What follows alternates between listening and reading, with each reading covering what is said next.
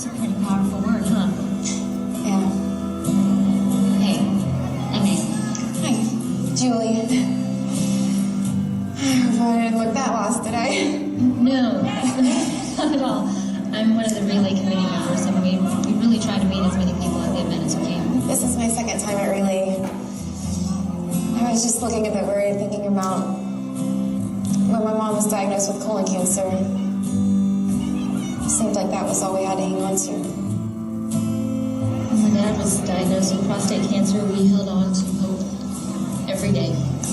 And I didn't realize how much I was going to need Relay to help me get through the experience of losing my father. I'm so glad somebody asked me to come here years ago. And I'm really glad you're here too. Thanks. So, whose team are you on? Margaret's Marchers, in honor of my mom. Awesome. We have a really great group of friends with us. It's so amazing to me how many people are here. It just means everyone. How did you guys get this many people to come out? We just asked people. What did you actually say to them to get them to come and form the teams and raise funds and everything? I mean, it's incredible. We just told as many people as we could the Relay story. And what about how they're fighting cancer and providing hope? There is so much more to the story than that. Oh yeah? How so? The Relay started back in 1985 with just one guy. One guy. Yeah, Dr. Gordy Clapp. He wanted to show what someone fighting cancer endures, so he proved it by running around the track for 24 hours, and he raised $27,000 that first year. I can't imagine doing something like that. That's quite impressive. Neither did Gordy. Believe it or not, next year one of his patients, Pat Flynn, joined Gordy, and they structured a team-based relay event. And they combined the strength of families and friends to raise awareness and funds for the fight against cancer. Wow. It's pretty impressive how just a couple of people can create something so amazing. Well, Relay keeps becoming even more impressive. Over the last 27 years, ACS and the volunteers and staff have made this the largest not-for-profit activity in the world. So how many people participate in Relay now? Over 4 million people will participate in Relay for Life in 2012, and 5,200 relays in the United States, and approximately another 1,000 in 20 other countries. Relay is growing every year. It is really becoming a global movement. Well, if we're going to save more lives faster, every one of us has to work to involve as many people as we can and raise as much money as we can to support the American Cancer Society. And we need to support their research, their outreach programs, their education, their community services and support.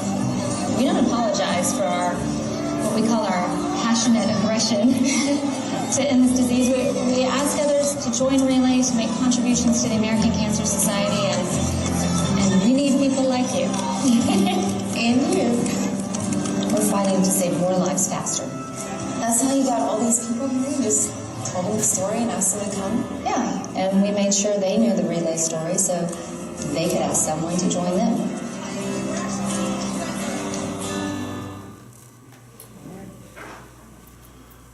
All right, guys, so that's what Relay for Life is. And if you are a survivor, we want to talk to you. We want to treat you right and celebrate with you.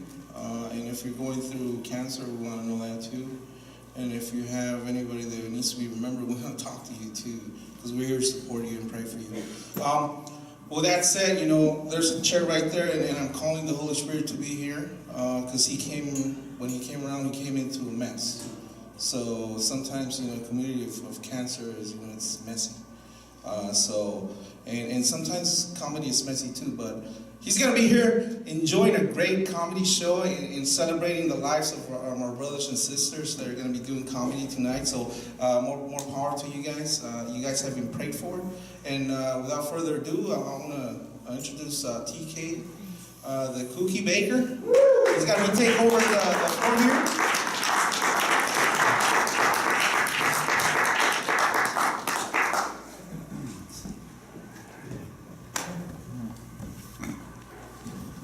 Excuse the mess, everyone.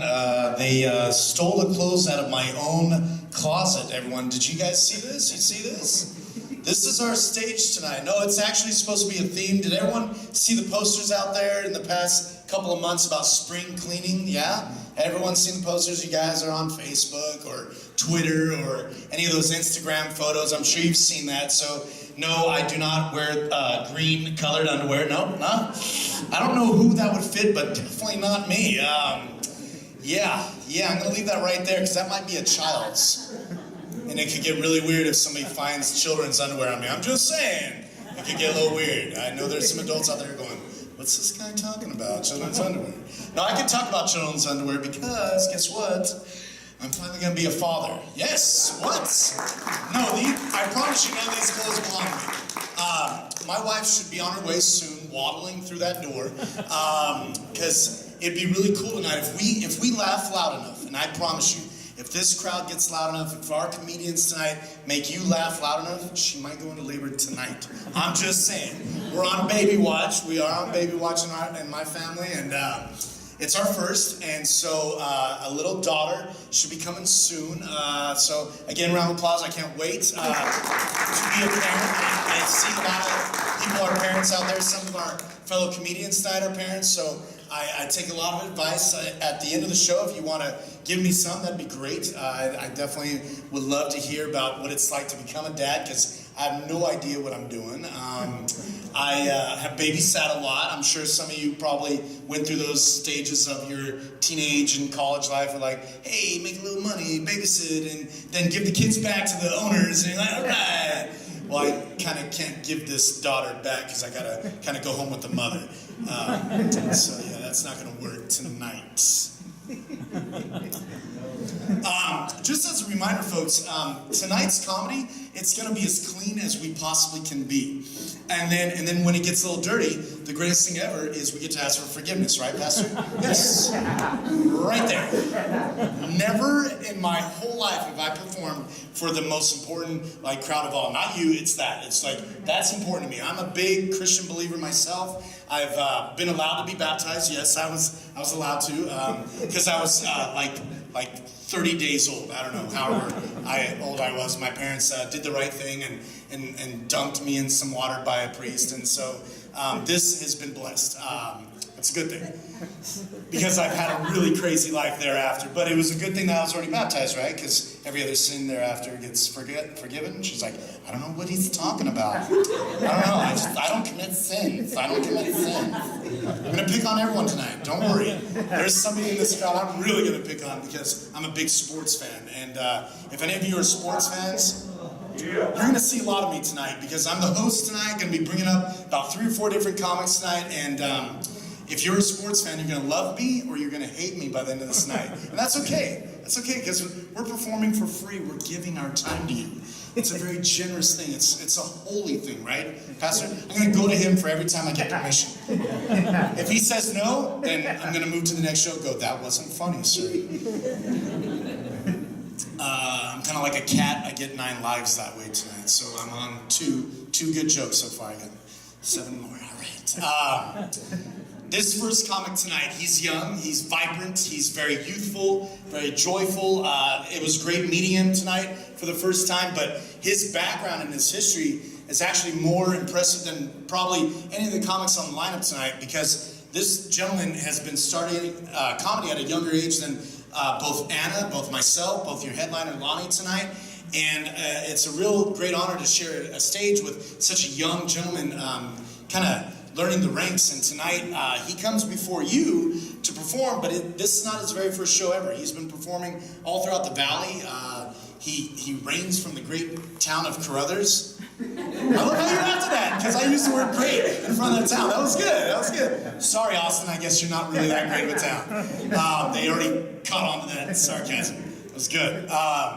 And then he bounced around between Carruthers and Selma, and he attends really junior college, so he's kind of moving on up Manning Avenue. That's a Central Valley joke, folks. You'll get that on the way home.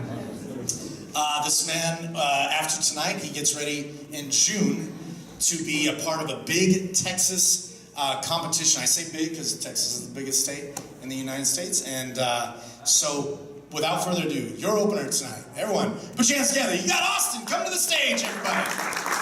He's got actually 2 names. I'll let him tell you his other alias name. All right, good time. I'll tell you about my heritage in a bit.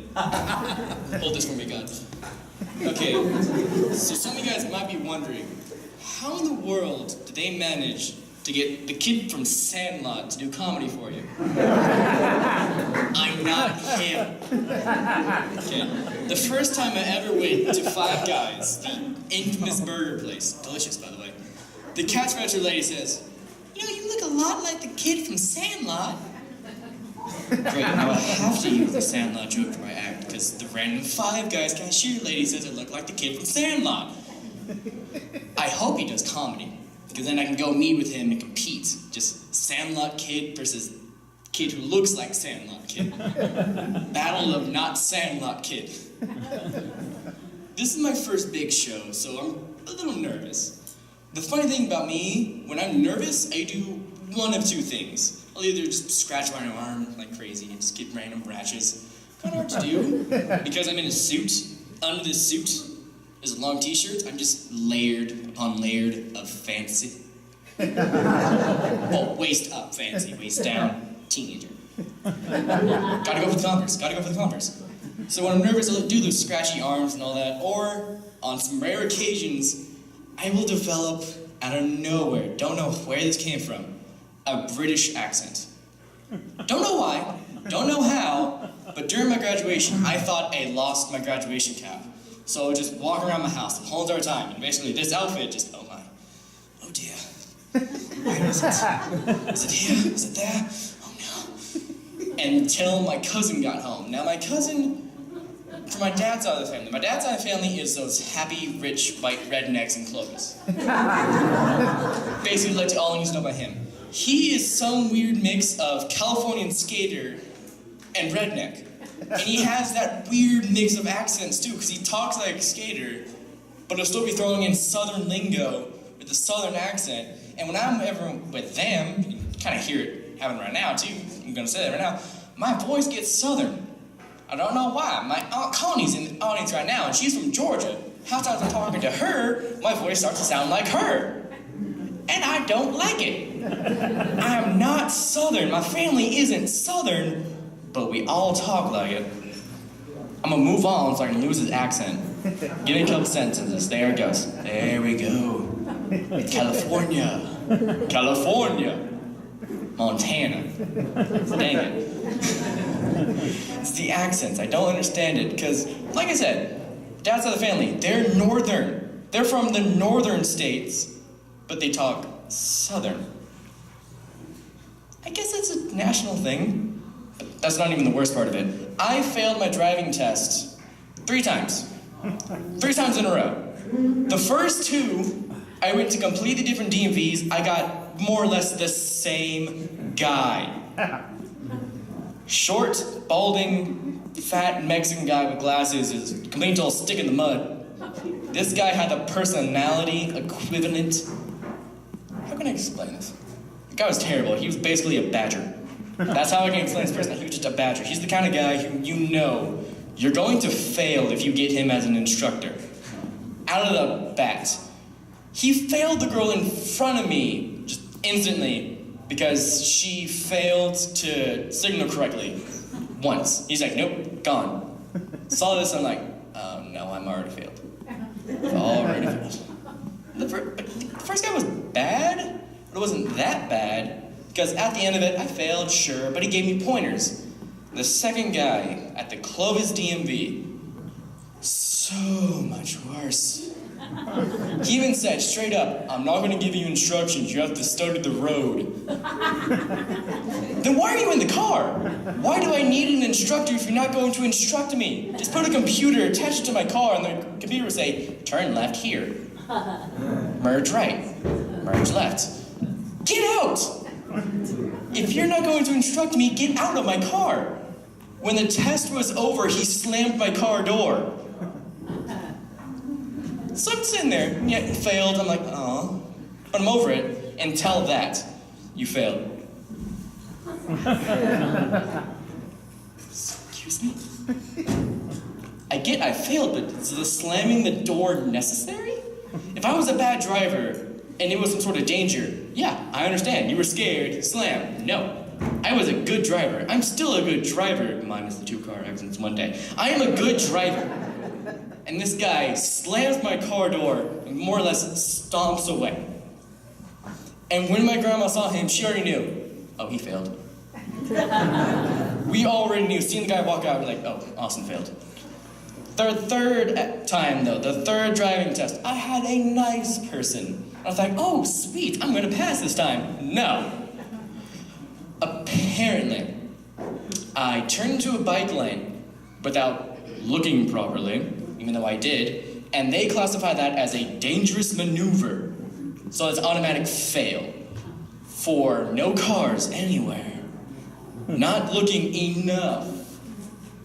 Dangerous maneuver. Okay, speaking of looking enough, the rear view mirrors are like an ironic kind of safety. Because you have to look away to turn. They give you conflicting instructions to drive. Always keep your eye on the road, except for 5 seconds if you have to look away. Always keep your eyes on the road until you have to turn around to turn. But always keep your eyes on the road unless you have to look away.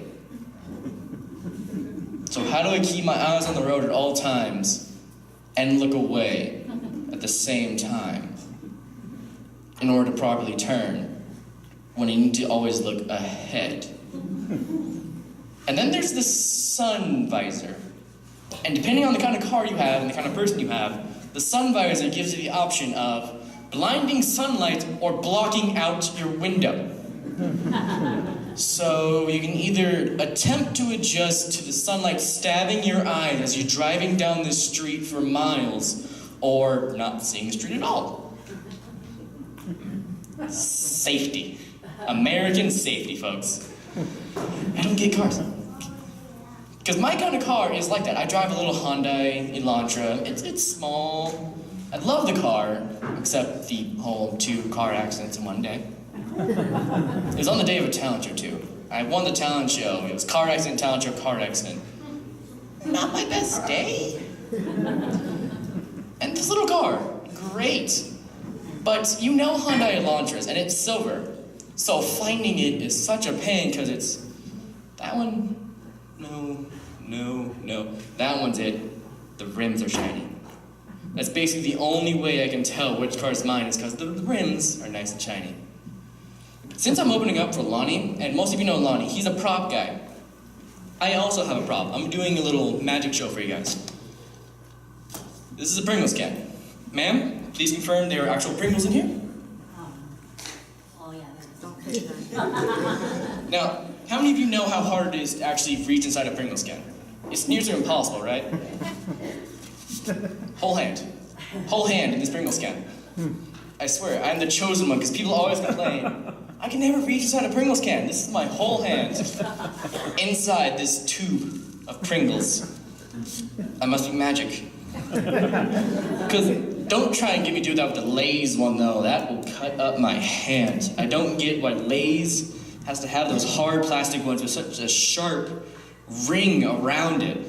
You can't reach in there. This one, some people, yeah, reach your whole arm in there if you need it. Lay's, if you want a bloody hand all over your chips, fine, go ahead. Okay, TK, also, people with initials for names, 10 times cooler. No matter the person. I know a DJ, I know a TK, I know a CJ. They're always 10 times cooler because their name's an initial. Some of them, it's just the initial, other ones, I mean, some of them, just initial for a name, instantly cool. He teased that I have a separate name, which is true. Story time, folks. My mother, when she birthed me, decided that she's going to name me after my sister's father, a Mexican man by the name of Alejandro Fernando Lomas. My dad and my grandmother weren't there, so she decided, let's name this little white baby with golden hair. Full head of golden hair, almost albino baby, Fernando Alejandro Lomas. And the doctors let her. Why would they think it's a good idea? This little white baby. There's no in the world that can think, oh, it could be Mexican. No, yeah, sure. No, I'm part black. That's fine. But I'm not Mexican. My name cannot be Fernando Alejandro Lomas. And my parents didn't find out until I was like 1.5 when I got taken away from my mom and given to my grandmother. Then they found out, okay, we need to adopt Paloma Alicia in Austin. CPS says, we have Paloma Alicia, we don't have an Austin.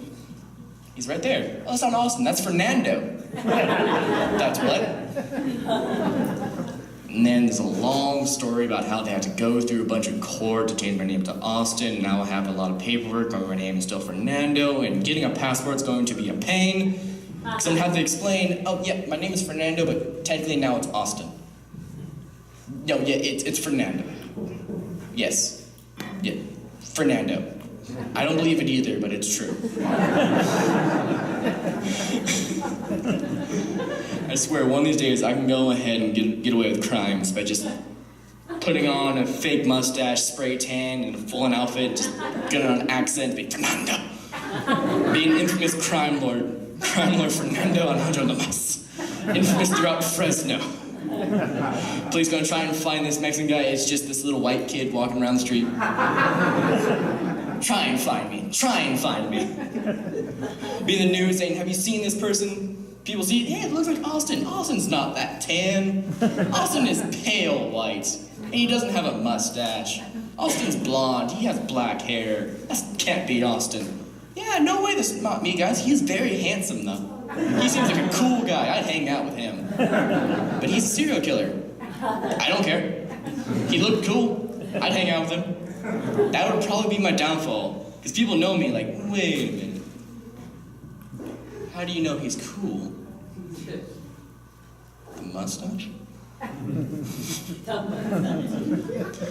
I actually met people with just perfect mustaches. Like, there's a guy who goes to Reedley College and he looks just like Mario. Like Nintendo Mario. He wears overalls. Red shirt, blue overalls, mustache.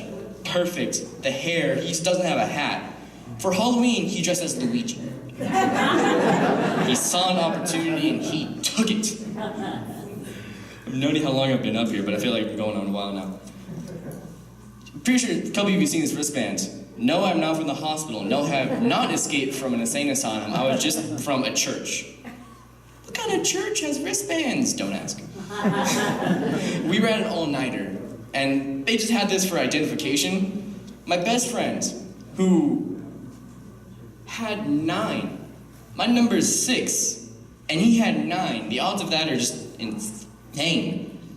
And it's just weird how many times stuff like that will happen. Because we both had similar key things, where mine had white in the center, his was dark in the center, but it was just the same key. Weird opposites. We still don't know how this happened. There was no sort of coordination between this. We just came and were like,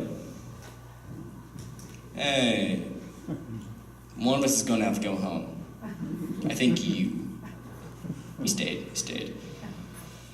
I'm bombing at this point. I'm an amateur. I'm gonna go ahead and give the mic back to the professionals to wrap this up for now.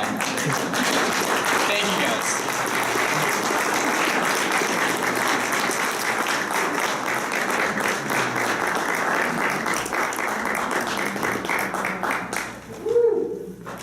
One more time, everybody. Awesome.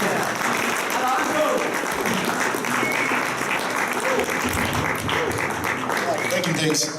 Alejandro, you forgot your mop, sir. You forgot your mop. Oh, that is a racist joke. Oh my gosh.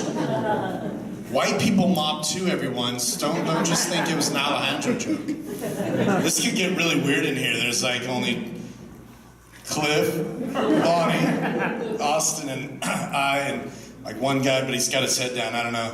He might be Caucasian. I don't know. And Pastor. Yes. Yes. Green go. Nice. By the end of this night, I'm going to either learn really good Spanish or the other Spanish, that kind of gringo Spanish. All right. It's going to work one way or the other tonight. It's going to be fun. One more time, Austin, open it up. Thank you. The Lubbock, Texas. We were working on some of those jokes with him outside, and that story about his real name and having 2 birth certificates, it's real. I saw the 2 different social security cards. I was jealous. I was like, I so want to go on a crime spree with this guy, right? I can do it, he can get away with it, and it'd be great. It'd be great. So we're having a good time out here in the great town of Sanger. What? Chuck Wagon? Yeah. Did I say that name right? Yeah. I know about Academy Avenue. What? I bought some Chevrolets from Sequoia. That's right. It's in the parking lot. It's blue and it's mine. And it's paid for. I think should be. Unless there's a repo man out there tonight. That'd be really awkward. Because I'm not getting paid for the show. So it's like I can't really give him cash. I'm volunteering, repo man. Don't take my truck back to Sequoia Chevrolet. That'd be odd. Seeing my truck back at the same place I bought it from. Anyone else go shopping at Sequoia? I know there's some good salesmen and some different general managers there. I know about Ford. I know about all your dealerships in this town. I shopped because I'm kind of a cheap guy. You didn't find out earlier about my background? Let's find out about it. It's kind of fun. Some of you that have gone through this great thing called school probably know how the globe works and maps work. I hail from a really small little country, and some of you probably heard about it and read about it in the news yesterday and the days before yesterday and even this morning. But I, yes, am from the great country of Armenia. If some of you know what an Armenian is, we're that person that is still waiting for you to pay your rent. That's what an Armenian is. It's your worst slumlord. It's that same guy that smells next to you at Walmart there on, is it Bethel? Your super Walmart? Yeah, so if there's a guy that's hairier than me and has worse body odor than me, it's because he's full-blooded. I'm only half. It's a good thing. It's a good thing. Check it out. I got this fun thing. A lot of comedians tonight, shirts and ties, and we're all wearing something different. Tonight I purposely wore a dress shirt, not because I was told black looks slimming.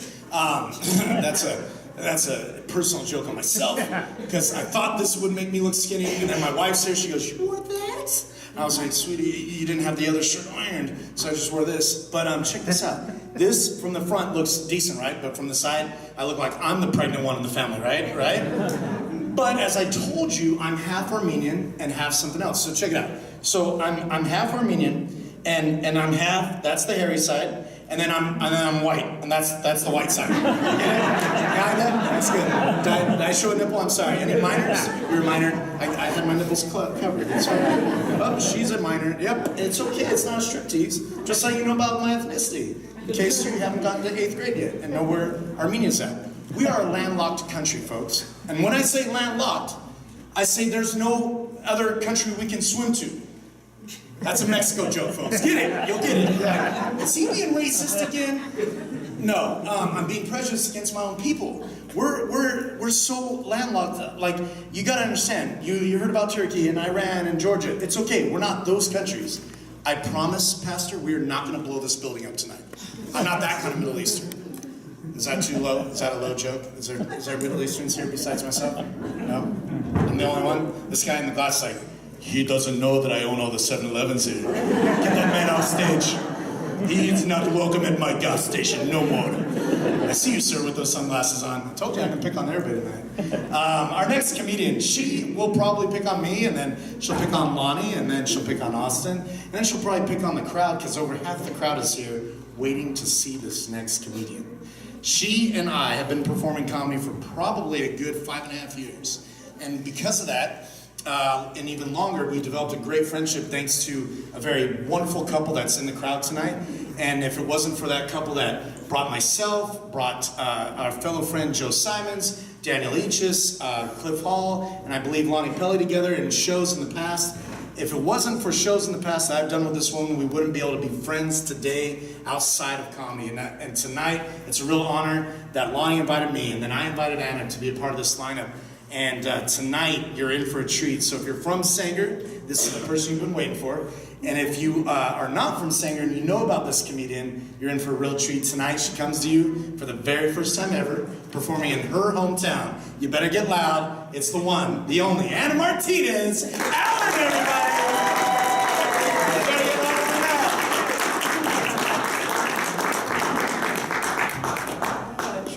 chonies.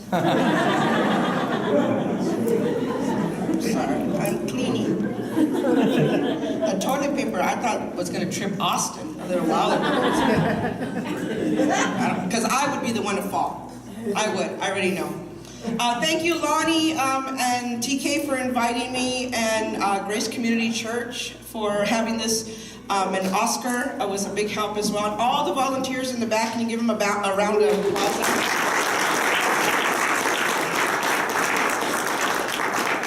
For themselves, that's cute. That's good. You deserve it. You guys are doing great. I have a cocoa over here that I was drinking from you guys. Sponsor. Anyway, give it up for Sanger. It's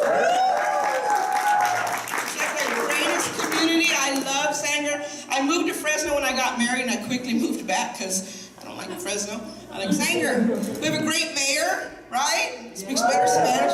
Better Spanish. Oh, he's here. There he is. Whoop, whoop. Mayor Mitchell. Better Spanish than I do. He does. He was talking to my grandma. I was like, what did he just say? Because I didn't speak I speak Spanglish. I do. Like if I'm hungry, I'm like, oh, yo tengo hunger. Yo quiero eat. But I learned it from my aunt. My aunt's not in the audience, but her daughter is. She speaks fluent Spanglish. Anytime you went to her house and you left, mucho cuidado en el road. All the time, she would always do that. Yeah, I love my Aunt Rosemary, she's not here.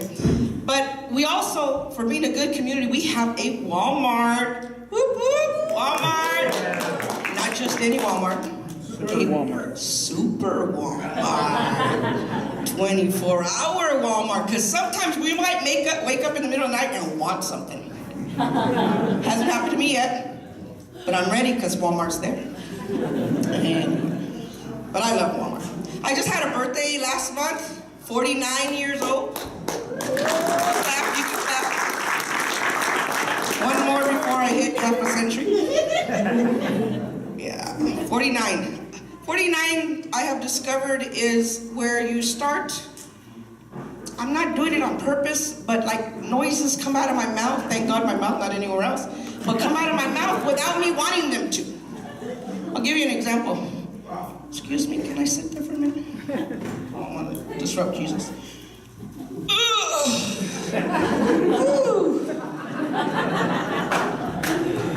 Two noises usually come out of me.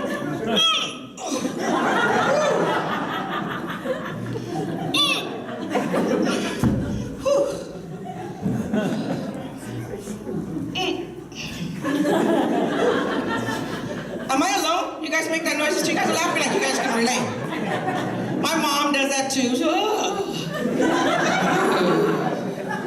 She does. I think I learned it from her. I think it was like hereditary or something. I don't know. We make these noises, but like I said, I'm glad it comes out of, my mouth and not anywhere else. That wouldn't be very good. But I'm also at that age, 49, where maybe some of you guys can relate. I do a lot of driving in my job. So I drive a lot, and my eyesight's getting bad because of my age. So I'm trying to look for streets, right? You're like, oh. I now have to lower the radio to see. You guys do this?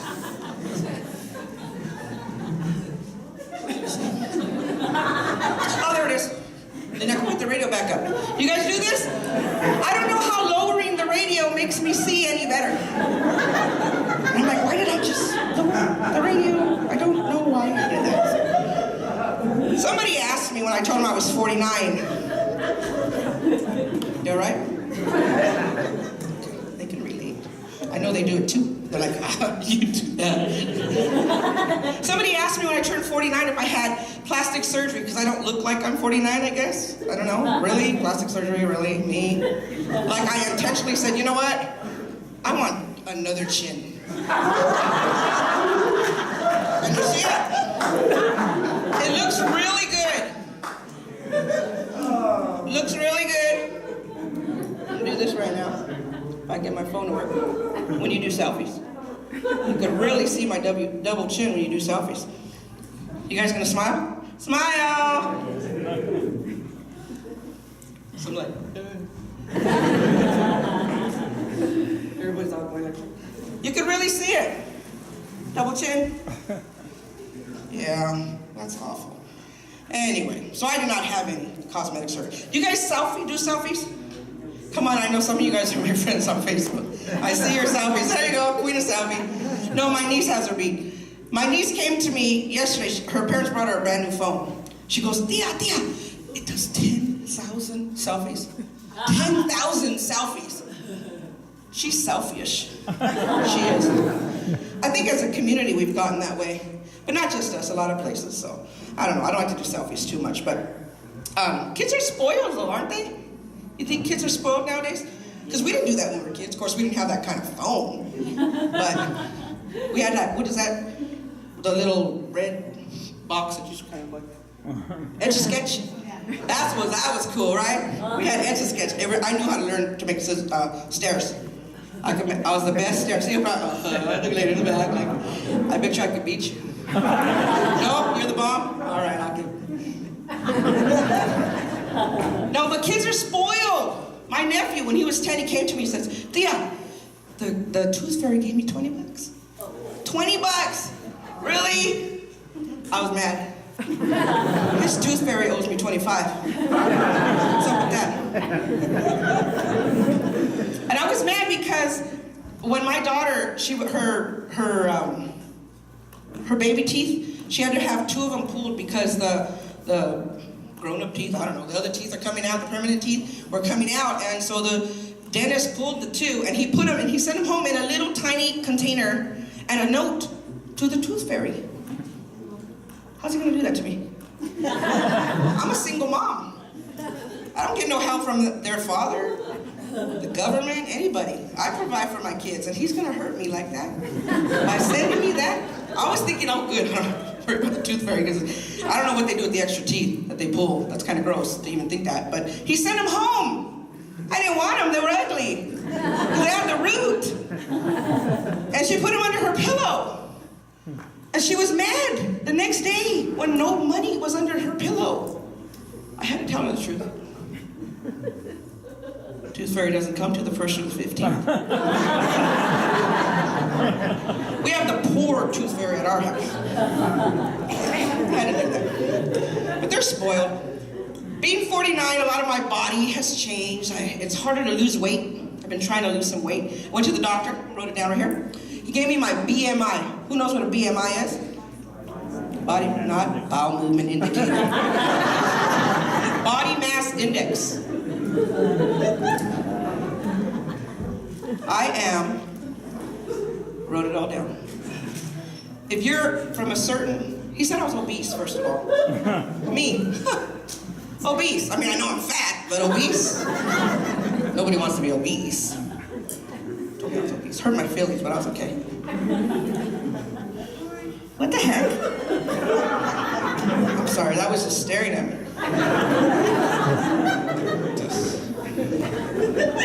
He said I was obese. Really? Come on.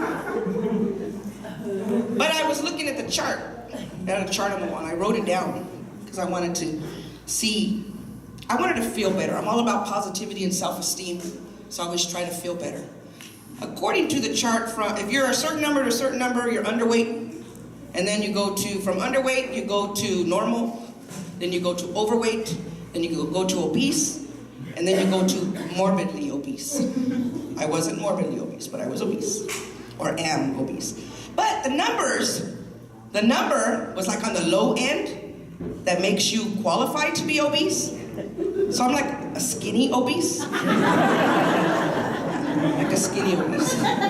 So I'm working really hard to become overweight. So I'd rather be overweight than obese. Yeah. So I've been trying different things. I've tried juicing. Have you guys tried juicing before? I lost 50 pounds.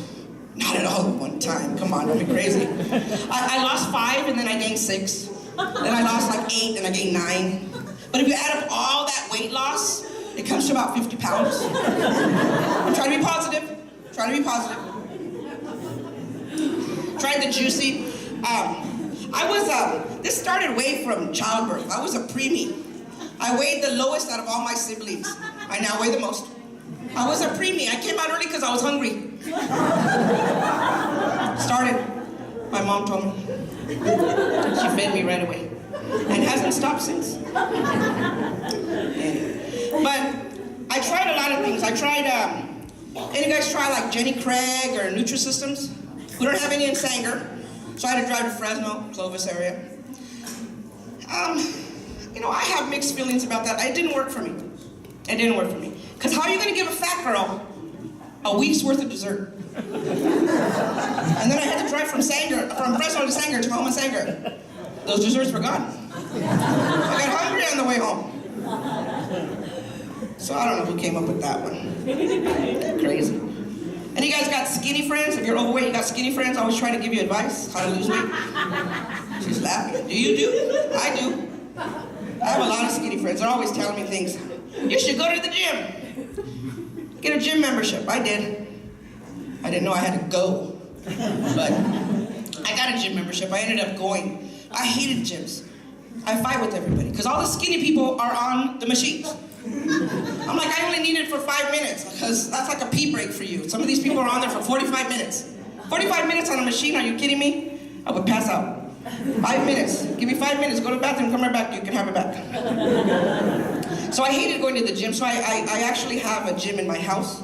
Anybody who's been to my house, in my garage, I have a treadmill, an elliptical, I have a cardio glide, I have boxing equipment, I have that machine where, with the plates, the metal plates like they do in the gym, you can do all kinds of, you know, legs, the whole body thing with the plates that they have in the gym. I have the big exercise ball. You guys, that's my favorite. I like to sit at the exercise ball and go like this. You can do this. You can even do this. You can go all around in a circle, but then you almost fall off. You gotta kind of get your balance. Yeah, I have that big exercise ball. It's a lot of fun. But I don't go in there too often. I'll walk in, all proud. I can't even explain the feeling. Walking up, that's my gym. Then I go inside and make a sandwich. Because what I did, I realized my mistake. I put it in the garage where my extra refrigerator is. You know how hard it is to work out with a refrigerator right there? Staring at a refrigerator like... And I just went to Costco. Get a sandwich and come back to the machine. It didn't work. It didn't work. It's in the garage. Tried Zumba. Any of you guys tried Zumba? Oh my God.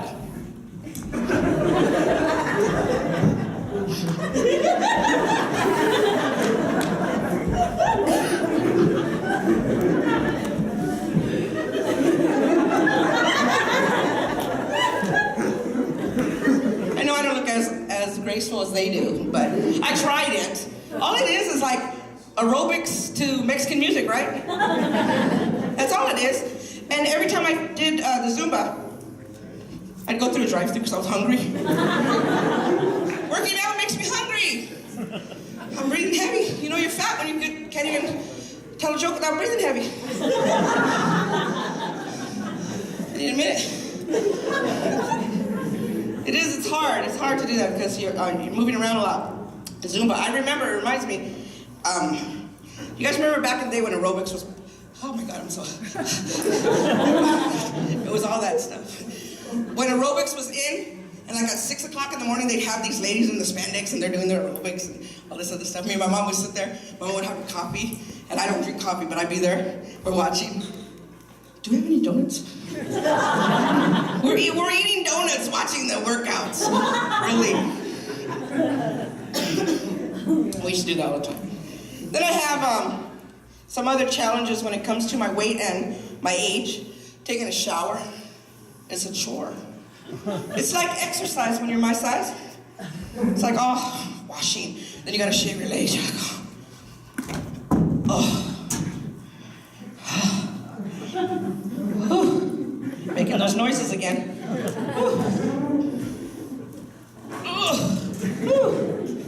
Doing the same thing. It's an exercise. You know you're fat when you come out of the shower and you're already sweating. You guys can relate, huh? There's a lot of people like, oh my God, how does she know? How does she know? Yeah. I have another skinny friend who always tries to get me to walk. She knows my day off is Fridays. And she'll post it on Facebook, let's go walking. No response, I see it, but I don't answer it. So she sends me a message. And Messenger's very tricky. It will let them know when you've seen it. So I try not to look at it. She says, I know you saw it. Then she texts me on my phone. That don't work, she calls me. Let's go walking. I am 49 years old. I've been walking for 48 years. Check me out. Walking does not work. Walking does not work, I'm sorry. So then I have another friend who wants me to go jogging. Are you kidding? I'm top heavy, I'll flip over. I don't run. In fact, if you see me running, you better run too, because that means somebody's chasing me. Scary clown or something. You guys are laughing like you guys can really relate to this. Where my big people at? One person. The rest of you are in denial. I will tell you right now, I'm gonna give you a little test. Way to find out if you're fat. You go home, take your clothes off, you see that red line right here? That red line? You guys know, you guys are going like this. If you have that red line, you're fat. I'm sorry, I'm not the only one. What do we do when we see that red line?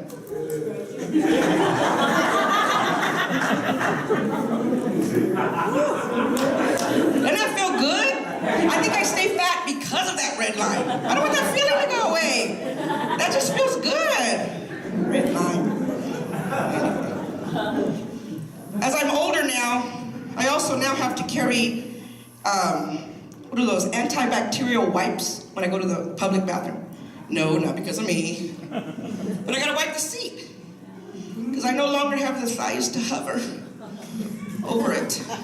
So you guys know what I mean? She's laughing. You know what? Do you like public bathrooms? I do not like. Ladies, what's up with the pee on the seat? I can see a guy. They gotta stand up. Ladies, come on. We should have. What do you guys go like? How are you getting pee on the seat? I don't understand how you do that. It puzzles me to do that. And I don't like those automatic ones, because I thought it was a good idea at first, because I don't like to touch the thing after you flush, because your hand's dirty and, you know, who knows what's been there. So I would always flush them like this, like that, step on it. So I thought, okay, this new one now that flushes on its own is pretty good, right? Except when they flush when you're still sitting there. Excuse me, I'm gonna sit down again. Sitting there going to the bathroom. Yes, I'm giving you a visual.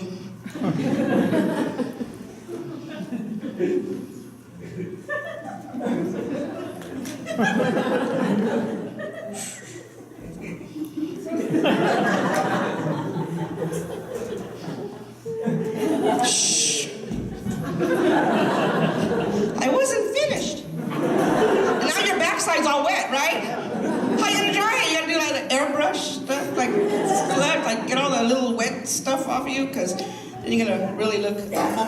And then it never works when you really want it to flush, right? Like when you really have to go to the bathroom. I'm not gonna get too crazy. What do we try to do when it doesn't work? Try to trick it.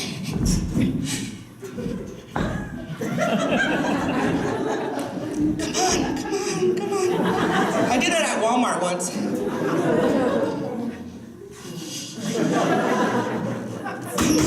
flush. Then you pretend it wasn't you. It's hard, those sensor toilets. Even when you're trying to wash your hands, I hate all that water that's on the sink. You get them, you walk away, and there's a big old water thing right here. Or you want the water to work, you're all like, come on, water. It doesn't work. That's my time, guys. Thanks for coming out.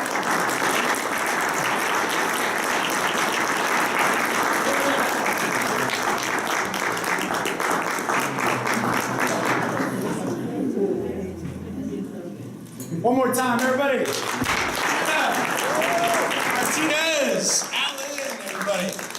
Was that good? Was that good? That was like, wow. The graphic in her humor. I almost want to bring toilet paper up here for it. It's what we call bathroom humor, everybody. It's clean though, right? Because we're still in a church. But remember, as we perform in a church, we're allowed to ask for forgiveness after all of our bad jokes. and our next comedian will be probably getting a little bit on that touchy side because he's got that humor that, well, actually, this whole stage is probably a part of his act because he's Fresno's one and only prop comic. But before we get into Lonnie's performance tonight, we're gonna have a kind of a break, sort of, so it allows you guys that have been getting some drinks in you to go over and use the restrooms. But before you do that, a couple of quick announcements. We have some giveaways that we're gonna do right now before Lonnie performs, and also thanks to those involved tonight on behalf of Relay for Life and those here at the church site itself. We have some great prizes in the back that you have a chance to earn and win based on buying raffle tickets. Am I correct? I think I saw 30 tickets to $20. Is that the order, or is it 30 20s and so forth? So the price guides are there at the front table. As you're getting up to get something to eat and get something to drink before our headliner hits the stage, you want to visit the raffle tables. And then right before Lonnie takes the mic, we're going to do a few of the giveaways. So enjoy the snacks, the items. Bathrooms are right here on the sidewalk, right outside the doors. And then we'll come on back, save your seats, and we'll be right back. So get a little 10-minute break. All right, everybody, LonniePelly coming up next.